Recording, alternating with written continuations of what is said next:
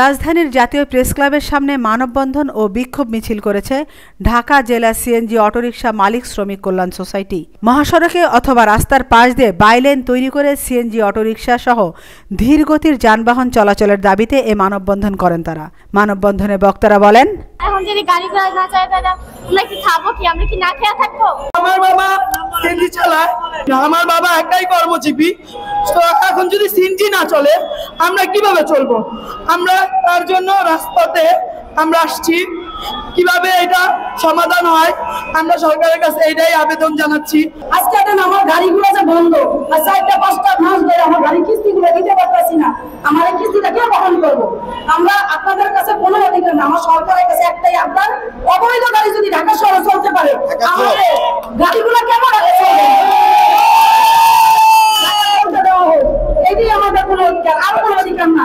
শহর অনেক গুণ বৃদ্ধি পেয়েছে, শহরের আয়তনের সাথে সঙ্গতি রেখে বর্তমান গাড়ি থাকার কথা ছিল 60,000, কারণ এই 60,000 গাড়ি না থাকার কারণে একটি সুন্দর শহরকে ব্যাটারি চালিত রিক্সা দিয়ে অসুন্দরে পরিণত করেছে।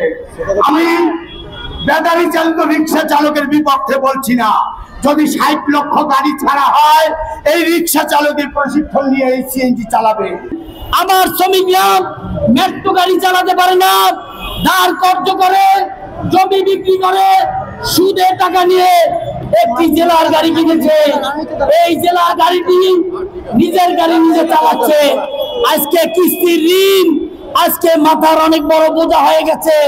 ঢাকার শহরে লক্ষ লক্ষ ব্যাটারি চালিত রিক্সা চলে।